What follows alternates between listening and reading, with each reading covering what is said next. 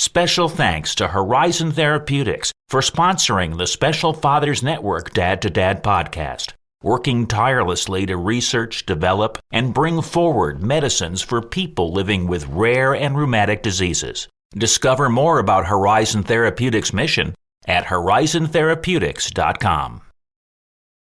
Because autism isn't something that we have any more than your race or gender or sexuality is something that you have, that you caught, or that you can get rid of, or that can or should be treated. It's just a part of who you are. I was born with a different brain. It works differently, so I'm autistic. That's our guest this week, Dr. Eric Endlich, a college admissions consultant, a father of an autistic child, and a fellow who discovered as an adult that he himself resides on the autism spectrum. His book, Older Autistic Adults in Their Own Words, The Lost Generation, is available now on Amazon. We'll hear Eric's fascinating story in this Special Fathers Network Dad to Dad podcast. Say hello now to host David Hirsch. Hi, and thanks for listening to the Dad to Dad podcast, Fathers Mentoring Fathers of Children with Special Needs, presented by the Special Fathers Network. The Special Fathers Network is a dad-to-dad mentoring program for fathers raising children with special needs. Through our personalized matching process, new fathers with special needs children connect with mentor fathers in a similar situation. It's a great way for dads to support dads. To find out more, go to 21stcenturydads.org. And if you're a dad looking for help or would like to offer help, we'd be honored to have you join our closed Facebook group. Please go to facebook.com/groups and search Dad to Dad. So let's hear this illuminating conversation between David Hirsch and Eric Endlich. I'm thrilled to be talking today with Dr. Eric Endlich of Sonoma, California, an autistic man, the father of two, a psychologist, and founder of Top College Consultants, an organization that serves students with autism, ADHD, and other learning differences navigate the college admissions process. Eric, thank you for taking the time to do a podcast interview for the Special Fathers Network. Thanks, David. It's great to be here. You and your wife, Kristina, have been married for 35 years and are the proud parents of two children, Elyse, 21, and Alex, who is autistic. Let's start with some background. Where did you grow up? Tell me something about your family.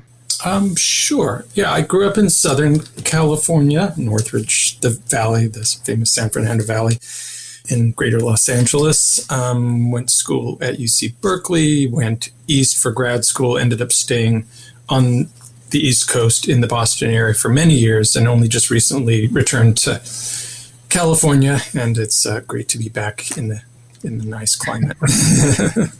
Did you have any siblings growing up? Yeah, I have an older sister, Lisa, and a younger brother, Keith. And one of the reasons I moved back for a few reasons, climate, of course, was just one, but most of my family is on the West Coast. My sister, who had been on the East Coast, recently came back to the West Coast, and my younger brother, has been in the Reno, Tahoe area for a long time. Excellent. Out of curiosity, what did your dad do for a living? So my father, who passed away a couple of years ago, was a retired radiologist, a physician who, read X-rays and CT scans and that sort of thing. And he was undoubtedly on the spectrum too, which I only realized much later in life. Yeah, we'll talk about that. Mm-hmm. How would you describe your relationship with your dad? Yeah, he was he was physically present, but otherwise sort of absent. Wasn't really engaged as a parent. He lived with us. He was there every night for dinner. He didn't work excessively long hours, but he just didn't really engage with us. He would be out on a bike ride, working on his car, doing crossword puzzles. Always seemed to be doing something. Lots of exercise. Didn't really seem particularly interested in his kids, or for that matter, his sister or his parents or his wife, unfortunately. My parents did eventually get divorced when I was, after I had moved out of the house. And they both actually happily remarried and stayed remarried for many years. That's an interesting insight. Thank you. Was there any important takeaway or lesson that you learned from your dad that comes to mind? He used to say the apple doesn't fall far from the tree, which is kind of interesting because there's a relatively well-known book called Far from the Tree, which is about how certain things get passed on, like autism. So kind of ironic there. I like to think that I was nothing like him, but of course, as you grow older, you realize you have more in common with your parents than you realize.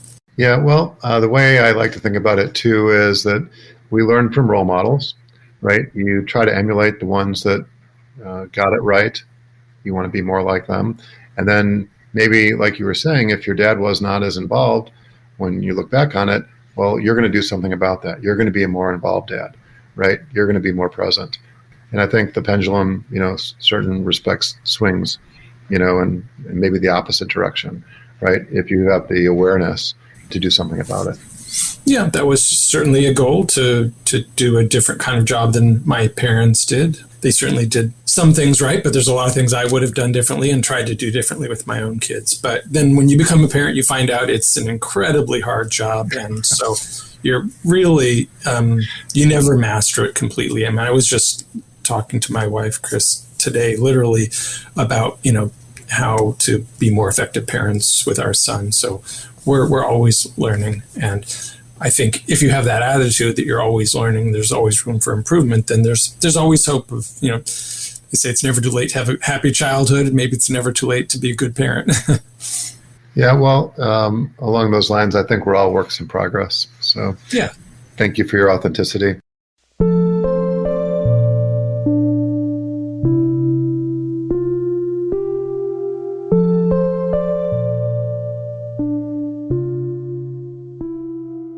So my recollection was you took a degree in English language and literature from UC Berkeley, and then you did your master's work at New York University in psychology, and then you got your PhD in clinical psychology at Boston University. Mm-hmm. And then you pursued a career that had everything to do with your studies, and you were a clinical psychologist for the better part of 3 decades.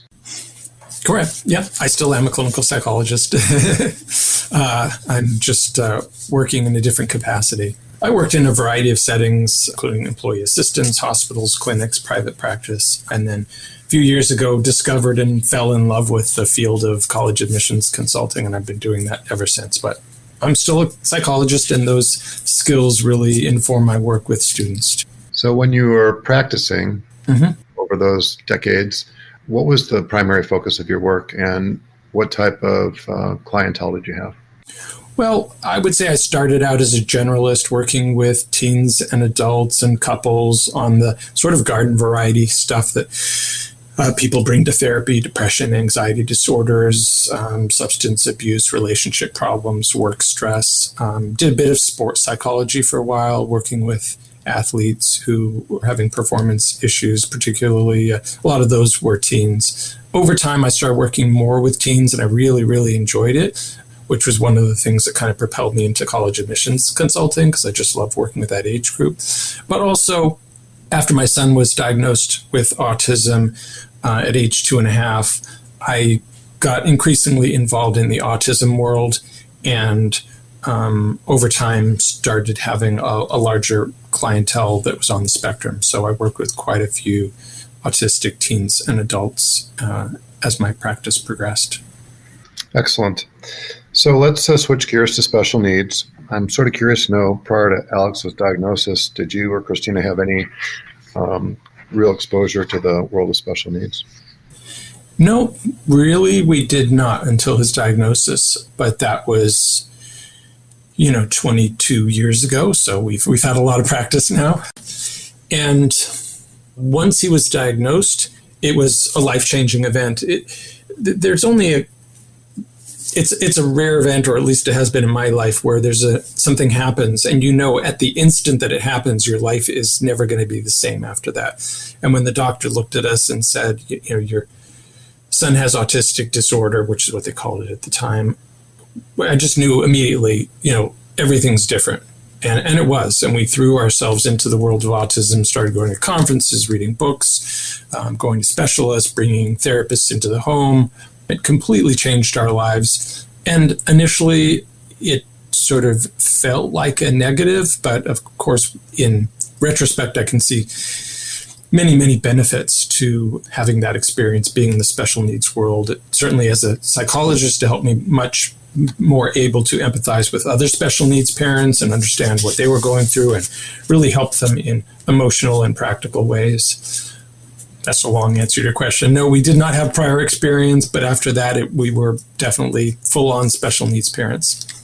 So how did the diagnosis come about, and how did things transpire since then?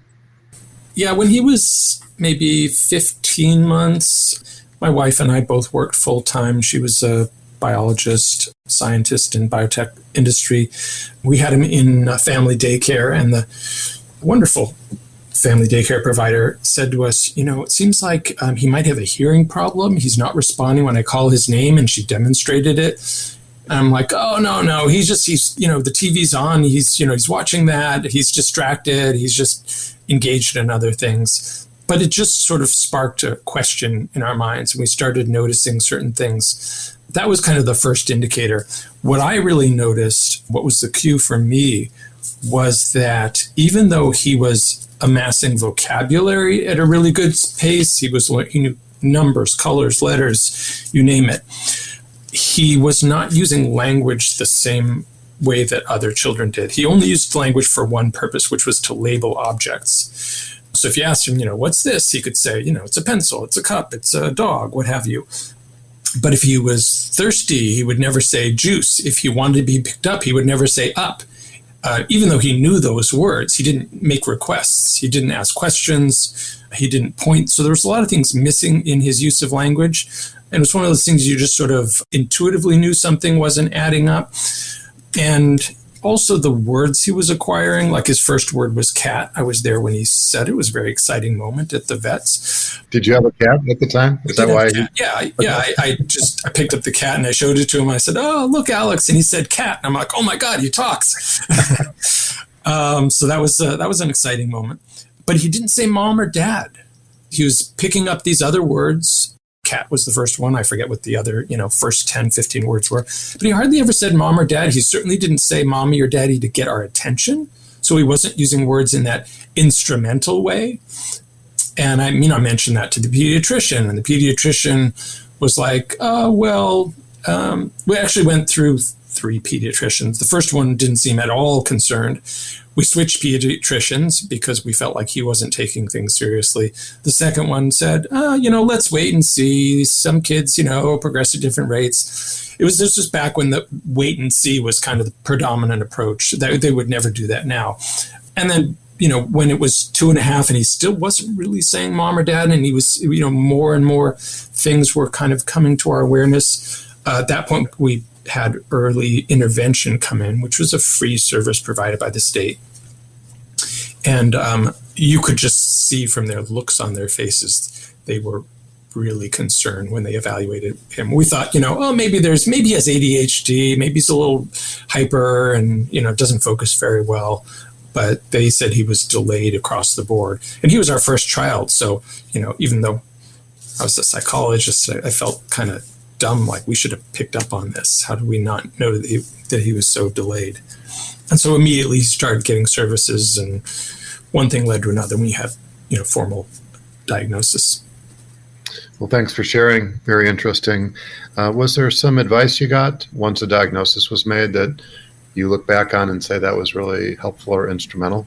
Well, it's easier to point out the unhelpful advice. The doctor who diagnosed him was kind of like, here's a book you can read and come back in 6 months and I'll take a look at him again. And we were like, oh my God, that's it? Just give us a book and come back in 6 months? So as I said, we started going to conferences and reading books and going to other specialists. And she also mentioned the possibility of institutionalizing him, which again was not helpful.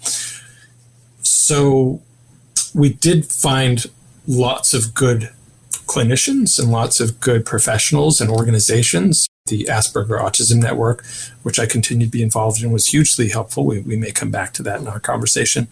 I also ran across a therapy called verbal behavior, which is not especially well known, but I got some training in it myself because we had seen it in a conference and were really impressed with what it could do. And so I got trained in it myself. I came home, I started working with Alex, and literally within an hour, I could see the effects. So this is a kid who, at that point, probably talking 3.5, 4 years old, had not asked a single question. I started teaching him to ask questions, and just within hours, he was catching on and starting to ask questions. So that was very useful. And of course, he's never stopped asking questions since. That's what happens when you unlock the door. Yeah, be careful what you wish for. Yeah. So not to focus on the negative, but just to be authentic, what have been some of the biggest challenges for you and Kristina over the years, raising your son? Well, sometimes the challenge is getting the right services. Initially, when he was in the school district, they had really good services for him in preschool. It was a great experience. Kindergarten was okay, and it sort of went downhill after that. And I don't blame the professionals. I think, by and large, people who work with kids really love kids and are doing it because they're highly dedicated. But he started kind of diverging from his peer group, who were getting into more sophisticated interactions and conversations that he couldn't keep up with. And I went and visited him at school, and I could see this. And I was like, this is just like babysitting. They're really not doing much for him. The other kids are just kind of moving ahead, and he's just sitting there, out of it, not really knowing what's going on. And the school district didn't really see eye to eye with us on that. They just felt they asserted that they were doing a perfectly good job. So ultimately, we ended up pulling him out and putting him into a special needs school. And after there was turnover in the public school system, we ended up working with some wonderful folks in the special needs department who were super helpful to us. And he was in a number of special needs schools, which were tremendously helpful for him.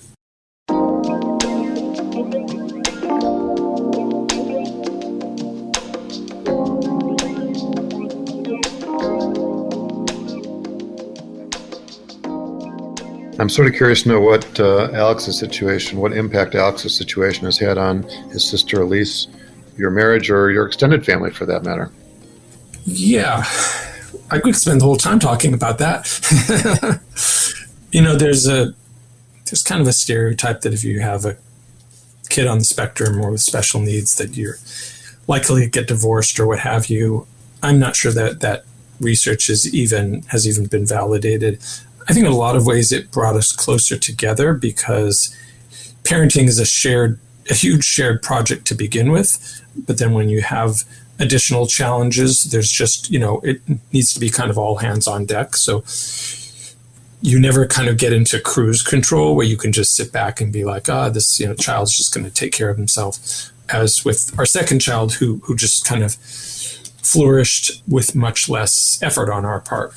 Although, of course, she had her own challenges. But that being said, Alex can be challenging in certain ways, certain attitudes and behaviors. So our frustration with that, I'm sure that it occasionally put a strain on our relationship. I think as a younger sister, it ended up being an interesting situation for Elyse where she, even though chronologically she's the younger sister, psychologically and emotionally, she's more like the older sister. She, even from a pretty young age, and this is partly, I think, her innate personality, that she's really a take charge leader kind of person. And you see that in other areas of her life too. But with Alex, I think she, from an early age, she just sort of took over and was like, I'm going to give you guidance and, take you under my wing as if you're my younger sibling, even though you're my older sibling. And that's a mixed thing, of course, because it means that the sibling ends up being parentified a little bit or ends up having more responsibility than you would ideally like them to. You want your kids to be able to grow up and just be kids through the bulk of their childhood and not have to be surrogate parents or not have to, watch their kids or watch their siblings or worry about them, make sure they're not getting into trouble. But it is what it is. So I think it has all kinds of effects. She's now a senior in college. She's actually doing a rather ambitious research project, which is studying autistic students. So clearly it's impacted kind of the direction of her interests. There's lots of stuff that's come out of it. And, I've ended up working with autistic students myself. So, and as far as extended family, I think grandparents just didn't really know what to do with him. didn't quite know what to make of him. Okay, well, I love your authenticity. That's one of your superpowers.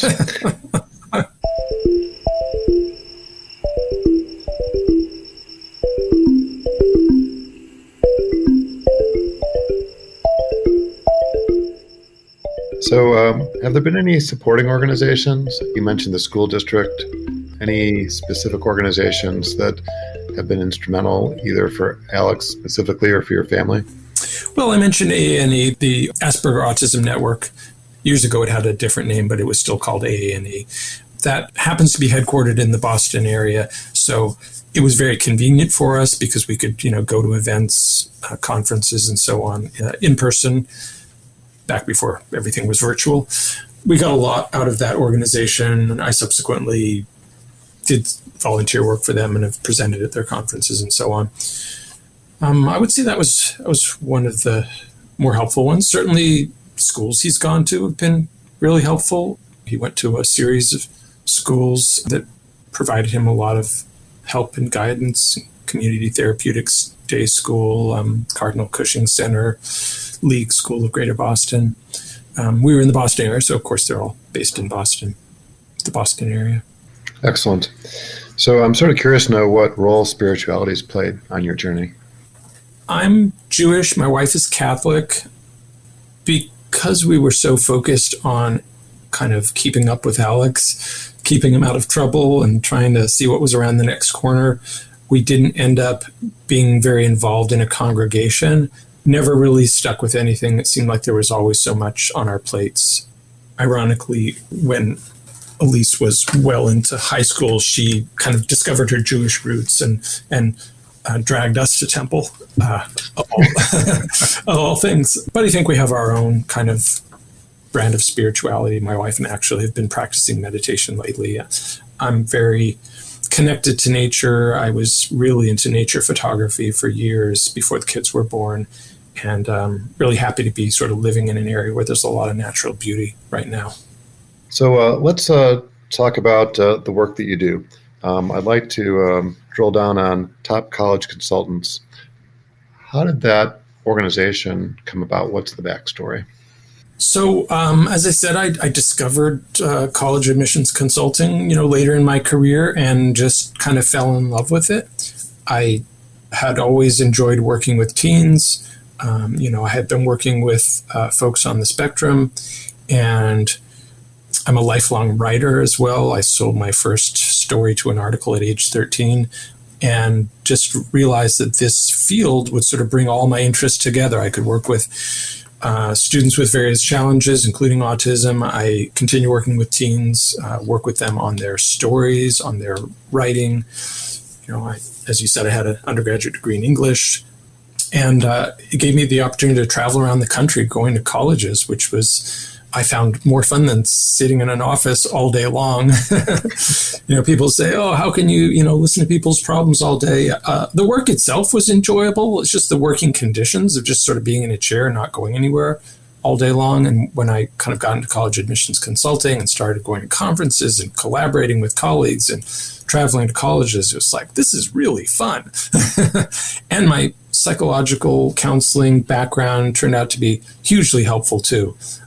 Of all things, sort of helping kids with their essays, helping them reflect and become more self-aware and think about what they want to share with colleges about themselves, as well as just helping families with the stress of the college admissions process. It's kind of infamous at this point, I think, for being a very stressful process with lots of uncertainty and lots of demands and moving parts. It's like, as college admissions consultants, we do the work so you don't have to. As a parent, you can't be an expert on everything. But as a consultant, I'm traveling around, touring colleges, reading about colleges, learning about what the latest developments are in the admissions process so that families don't have to become experts all of a sudden on the fly. Yeah, well, I love the work that you're doing. And two thoughts come to mind. The first is I was a Neanderthal, as it related to thinking about using college consultants for our 5 children. And the thought was, no, there's a lot of information out there. We don't need to hire somebody to do this. And my wife was, no, I think we should hire somebody. And we went back and forth for a long while, because of my ignorance, and maybe my denial about the value that somebody like yourself brings to the table. And then I realized it's incidental, right, to spend a couple $1,000s up front to help a child, a young adult, sort of better understand objectively. I became a big believer by investing a little time before you invest your money, which is the way I think about it. This is money very well spent. So that was my first thought. First of all, just to be clear, of course, people don't need to hire admissions consultants. I have no illusions about that, any more than you have to pay for a lawyer to create a will, or you have to pay for a realtor to sell your house, or a plumber to fix your, plumbing. If you want to figure out how to do it yourself, you can figure out how to do lots of things yourself, especially now with the internet. Absolutely. And in fact, I wanted to sell our house myself. I didn't want to hire a realtor. My wife talked me into hiring a realtor, and I'm really glad I did, because we found out there's a lot that they know that I did not know. You don't know what you don't know until you hire an expert, and you find out, like, wow, there's a lot more to this than I thought. And it's the same for college admissions. As parents, you might know a few good colleges for your kids to apply to, but there may be other colleges out there where they can study what they're interested in, which, by the way, they may not even have figured out yet. Maybe, we can help kids figure out where what their interests might apply to, what colleges might be a good fit, where they might do well financially, where they might do well in terms of their challenges. If a kid has ADHD, autism, dyslexia, other challenges, we can help kind of find the right match for them. And sometimes it also pays off financially too. I mean, I've helped families appeal financial aid and get financial aid awards that were many times the amount of the fee they paid me, or help kids, figure out where they can get lots of really good scholarship aid. So it's also sort of, I think of it as measured twice, cut once. Lots of kids transfer colleges. They start at one college, they're not happy, and they end up transferring, which can be very costly emotionally, financially, time-wise. They don't get all the credits transferred. And by helping them find a place where they're really going to thrive, ideally, they'll stay there and get their degree. So, well, thank you for adding that. Yeah. And then the second thought was, you mentioned about the college essays, helping with the college essays. And the fundamental question that comes to mind is, does the individual mention their autism, their ADHD, whatever their difference is, or not, right? Is there a right way or a wrong way to be thinking about this? And what algorithm or tools do you use to decide yes or no? Yeah, that's an excellent question. It's one I get asked not infrequently. And as with many things in our field, the answer is it depends. The shorter answer is, if there's something on the application that needs explaining, something that's confusing or puzzling that the admissions committee would be scratching their heads over, why did this kid suddenly change high schools in the middle of high school? Why did their grades suddenly go up or down? Things like that. There could be reasons to disclose a diagnosis because it would explain something. And those are real examples, by the way. I had a student with ADHD who went on medication in the middle of high school. His grades went way up. I've had kids whose grades went up when they were doing remote learning because they had social anxiety and they were less anxious studying at home. And a student who changed schools because the school he was in wasn't giving him the support he needed for being on the spectrum. So sometimes it just helps kind of round out the picture for an admissions committee. And there's no reason to think that disclosing is going to help or hurt your application. It just may help explain to the committee and help them understand your story better. The other situation where it comes up is in the essays, and that is a very personal decision, which to my mind is up to the student, not even the parents, but really up to the student. And some students feel that let's say their autism, or might be being gay, or another aspect of their story is just a central part of their identity. And they may feel like, hey, if you don't know this about me, you don't know me. And if you're going to admit me to your college and I'm going to be living there, you need to know who I am. So I've had students who wrote about being on the spectrum because they felt like that's just the heart of their story, and it wouldn't make any sense to leave it out. Plenty of other students don't mention it at all. They don't need to. They can apply like any other student and, sort of fly under the radar. Whether they disclose it or not, there's another point after they've gotten admitted. If they do need accommodations and services, they should absolutely disclose it at that point. Once they put down the deposit and they're, sort of secured their spot at the school, if they need accommodations or services, they should absolutely disclose, go to the Student Disability Services office and start making a plan if they haven't already started. Yeah, well, thank you. And I love the way you started the response was, it depends.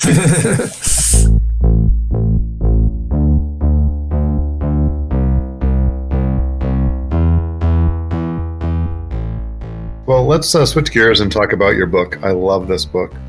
Older Autistic Adults, in Their Own Words, The Lost Generation is the title. Co-authored by you, Dr. Wilma Wake, and Roger Lagos. Robert. Okay. Yeah. I know the backstory because I've read the book, but I think it would be important for our listeners to understand, how did the three of you come together? What was the backstory there? Well, it is in the book, so I hate to be a spoiler, but gosh, I have to backtrack a little bit. So we did talk about how my wife and I were immersed in the autism world, and years after our son was diagnosed, we were sitting in an autism conference, as we were wont to do, and listening to the keynote speaker, Sarah Hendricks, who is herself on the spectrum. She's an entertaining, funny, informative speaker. And as we listened to her, and she talked about her own journey and how she, after being in the field for years, writing books on autism, working with autistic clients, she figured out herself that she's on the spectrum, sort of clicked. And my wife and I simultaneously realized that someone else in our family besides our son was on the spectrum, that is to say me. And that really shifted things for me. So I got even more involved in the autism field, and I actually went to there was a group for mental health professionals on the spectrum at AANE, and I showed up and I met Wilma there, and the rest is history. How old would you have been at that point in time? Mid-50s, maybe 54 or so. Okay. So you met Wilma in this group, and it was a relatively small group. Yeah. Mm-hmm. Mm-hmm. How did things transpire that led the two of you to collaborate like you have? Well, one of the way autism kind of manifests in me is being very intense and driven and focused on things that I'm interested in. And autism became one of my special interests when I discovered that I'm autistic. And I continue to be very involved in the neurodiversity world and the autism world. And I'd always wanted to write a book. As I told you, like I was writing stories from my early teens. I still write regularly for different purposes. And she told me about this book that she was starting to write, that she had devised this survey for older autistic adults. And here we were, she and I, two older autistic adults discussing it. I'm like, well, if you ever need somebody to work with you on that book, and she welcomed the help. Really, it was a huge project. She was very receptive, and she had already designed this survey, but hadn't really figured out how to distribute it. She's a little bit older than me and maybe not quite as internet savvy. And so I sort of took it and ran with it, and we were able to get 150 adults around the world to respond to the survey. And then we had a huge data set for our book. So the book's a combination of kind of facts and figures about what we found, about what people reported, as well as narratives of their individual stories, and of course, our own stories as well. So what were your findings? If you had to identify, say, the top three findings, what were the big takeaways? One that comes to mind is that the most common reaction that people had to being diagnosed was relief. So this is 150 adults over age 50 on the spectrum, and virtually all of them had been diagnosed in their 40s. After age 40, in their 50s, 60s, even in their 70s. we all had the common experience of growing up at a time that autism was not very well known. So virtually none of us were diagnosed in childhood. But when we finally figured it out in adulthood, the most common reaction was relief. And so that was noteworthy, that the most common first reaction was not a negative one. And that the vast majority, well over 90% of the respondents, came to see autism as a very positive part of their life and embrace their autism. Unfortunately, not 100%, but most of us in the group saw autism as a very positive thing.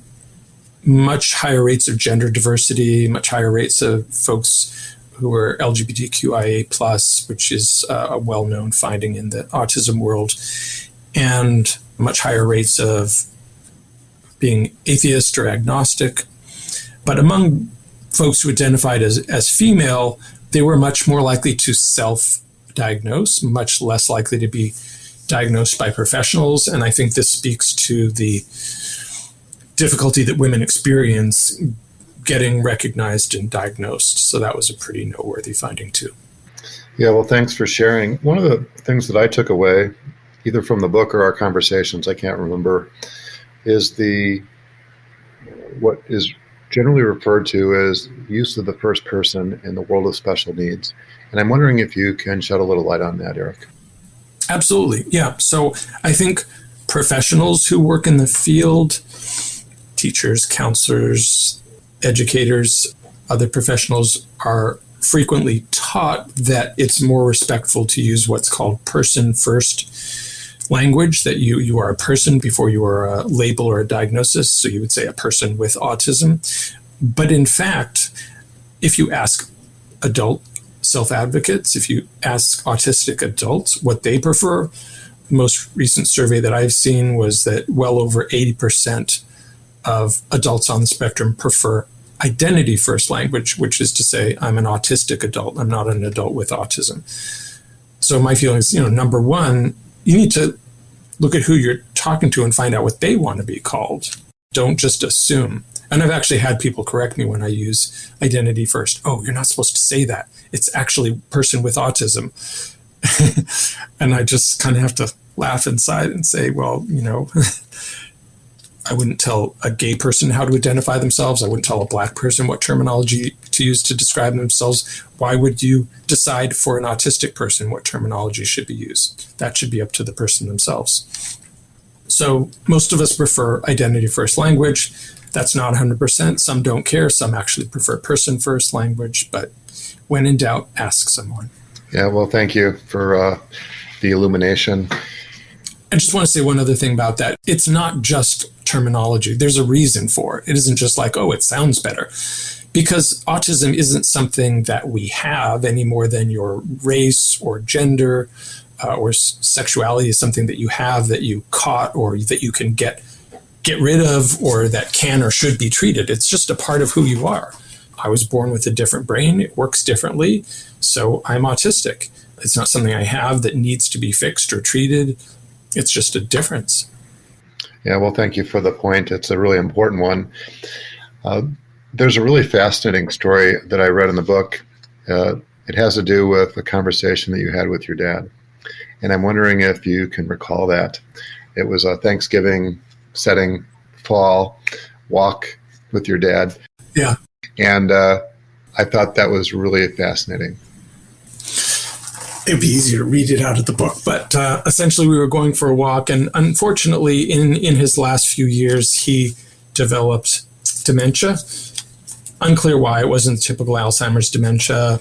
Some of us think he didn't take care of his body. He went to extremes with his eating and exercise habits, but at any rate, his memory wasn't what it used to be. And I was going for a walk, and I had realized that I was on the spectrum, and I lived in Boston, he lived in California, he came out to visit. So it was sort of like the key time to have this conversation. And I said, I took this test and, I figured out I'm on the spectrum. And he was really curious. And I have to give him credit for that. He was open-minded. How did you figure that out? I took this test, and here's some of the things that I found, and here's some of the qualities that made me realize that I'm on spectrum.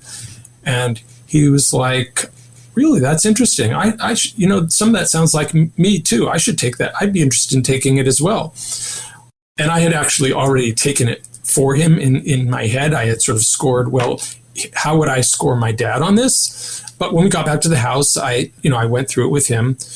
I kind of had to read it, and score it for him because he was somewhat declining at that point.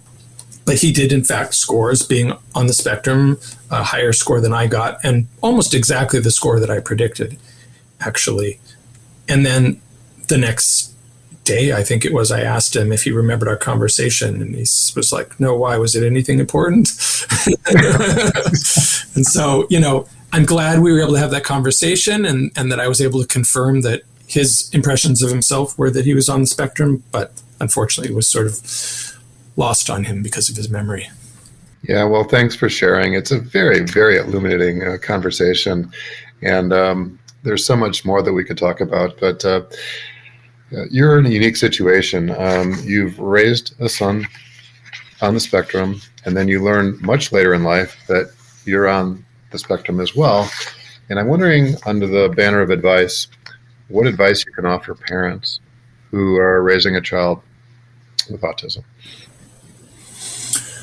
Well, one is to go back to that neurodiversity paradigm, that it's diversity. It's not